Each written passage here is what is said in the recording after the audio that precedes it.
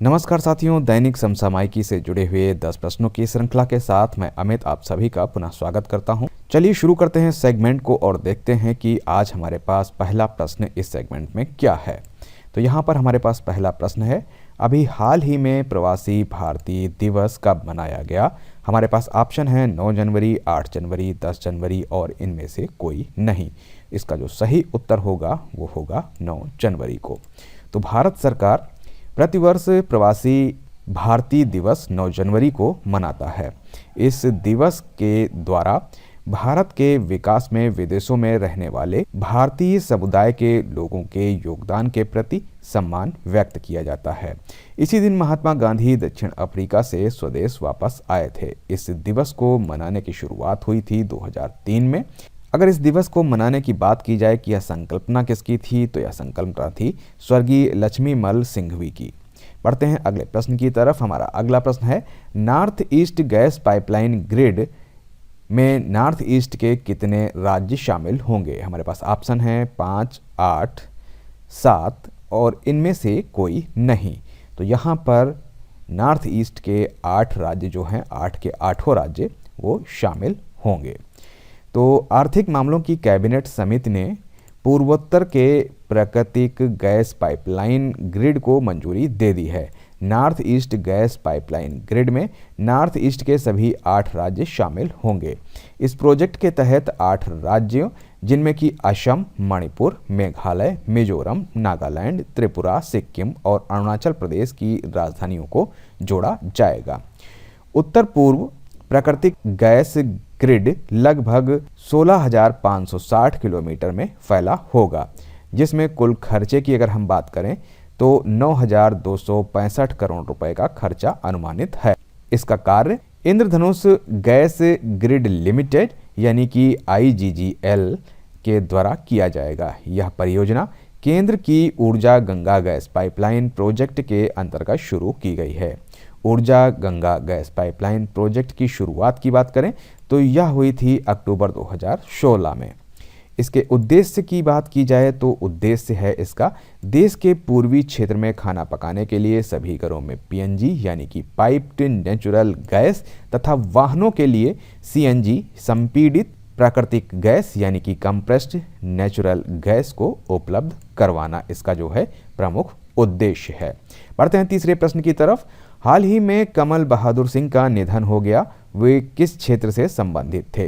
हमारे पास ऑप्शन है लेखक, फिल्म, राजनीति, इनमें से कोई नहीं। तो यह जो थे वो संबंधित थे राजनीति से।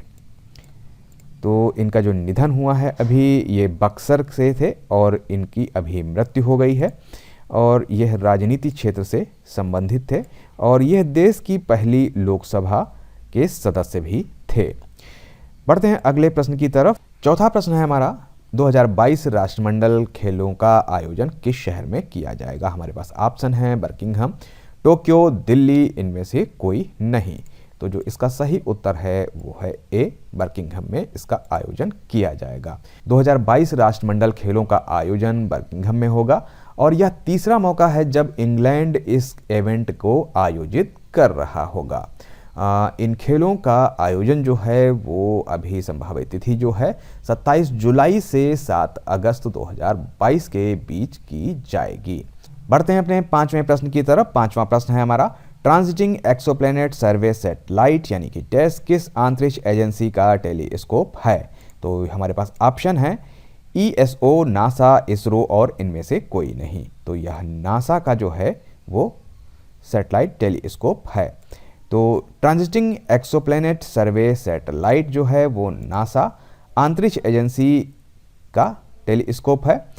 नासा के टेस उपग्रह द्वारा TOI 700D नामक एक नए ग्रह की खोज की गई है। यह ग्रह जो है वो पृथ्वी से 101 प्रकाश वर्ष की दूरी पर बताया गया है जहां जीवन होने की संभावनाएं व्यक्त की गई हैं। बढ़ते हैं छठे प्रश्न की तरफ। भारतीय कृषि अनुसंधान परिषद किसान नवोन्मेष के कोष की स्थापना कहाँ की जाएगी? हमारे पास ऑप्शन है नई दिल्ली, उत्तर प्रदेश, मध्य प्रदेश और इनमें से कोई नहीं। तो इसका जो सही उत्तर है वो है नई दिल्ली। भारतीय कृषि अनुसंधान परिषद किसान नवोन्मेष कोष की स्थापना नई दिल्ली में की जाएगी। इस कोष की स्थापना अगले वित्त वर्ष तक की जाएगी। यह घोषणा किसान विज्ञान कांग्रेस के दौरान की गई थी। भारतीय कृषि अनुसंधान परिषद की स्थापना की बात करें तो 15 जुलाई 2029 को इसकी स्थापना हुई थी। इसका मुख्यालय जो है नई दिल्ली में है।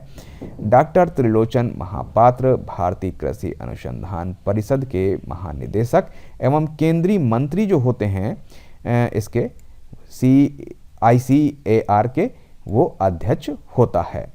इसका आदर्श वाक्य क्या है तो मानवीय संवेदना के साथ कृषि अनुसंधान इसका आदर्श वाक्य है। बढ़ते हैं 7वें प्रश्न की तरफ। IRDAI द्वारा लॉन्च की गई अनिवार्य मानक व्यक्तिगत स्वास्थ्य बीमा पॉलिसी का क्या नाम रखा गया है?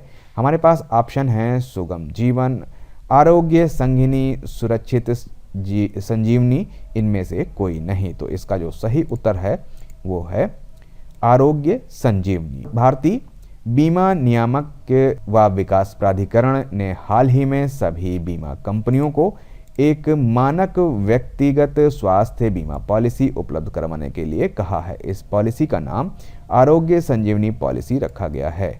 इस पॉलिसी को 1 अप्रैल 2020 से उपलब्ध करवाया जाएगा। इस पॉलिसी को का लाभ जो है 18 से 65 वर्ष के लोग ले सकते हैं। इस पॉलिसी के अंतर्गत 1 लाख से 5 लाख रुपए तक का बीमा करवाया जा सकता है। बढ़ते हैं 8वें प्रश्न की तरफ। सघन मिशन इंद्रधनुष 2.0 का दूसरा चरण अभी हाल ही में शुरू हुआ। यह योजना किससे संबंधित है? हमारे पास ऑप्शन है विज्ञान, बैंकिंग, टीकाकरण, इनमें से कोई नहीं। तो यह संबंधित है टीकाकरण से। सघन मिशन इंद्रधनुष 2020 का दूसरा चरण अभी हाल ही में शुरू हुआ है। यह टीकाकरण से संबंधित है। मिशन इंद्रधनुष एक सार्वभौमिक टीकाकरण कार्यक्रम है। इसके अंतर्गत स्वास्थ्य व परिवार कल्याण मंत्रालय द्वारा 2014 में लॉन्च किया गया था। सघन मिशन इंद्रधनुष 2.0 का क्रियान्वयन दिसंबर 2019 से लेकर मार्च 2020 के दौरान किया जा रहा है। इस योजना के तहत गर्भवती महिलाओं तथा उन बच्चों का टीकाकरण कराया जा रहा है जो अभी तक टीकाकरण से अछूते रहे हैं। बढ़ते हैं 9वें प्रश्न की तरफ। कौन सा राज्य अपना पहला हिम तेंदुआ सर्वेक्षण करवाने जा रहा है? हमारे पास ऑप्शन है जम्मू कश्मीर, उत्तराखंड, हिमाचल प्रदेश और इनमें से कोई नहीं। तो इसका जो सही उत्तर है वह है उत्तराखंड। उत्तराखंड अपने राजकीय पशु जो है, इनका जो राजकीय पशु है वो है हिम तेंदुआ का पहला हिम तेंदुआ सर्वेक्षण करवाने जा रहा है। बढ़ते हैं अपने 10वें प्रश्न की तरफ। भारतीय मूल की किस लेखिका को हाल ही में यूके चिल्ड्रंस बुक पुरस्कार से सम्मानित किया गया है? हमारे पास ऑप्शन है जसबिंदर बेलान, मनाज वर्मा, अमरजीत कौर और इनमें से कोई नहीं। हमारे पास जो ऑप्शन है उनमें से इसमें से सही उत्तर होगा ए, जसबिंदर बेलान को इस सम्मान से पुरस्कृत किया गया है। भारतीय मूल की जसबिंदर बेलान को हाल ही में यूके चिल्ड्रंस बुक पुरस्कार से सम्मानित किया गया है। यह पुरस्कार उनके पहले उपन्यास आशा एंड द स्प्रिट बर्ड को दिया गया। इस उपन्यास में हिमालय पर्वत के परिप्रेक्ष्य में लेखिका ने अपने बचपन की जीवन गाथा को प्रस्तुत किया है। तो ये थे हमारे आज के 10 प्रश्नों की श्रृंखला जो समसामयिक मुद्दों पर आधारित थे। मिलते हैं कल 10 प्रश्नों की नई श्रृंखला के साथ। तब तक के लिए नमस्कार, धन्यवाद।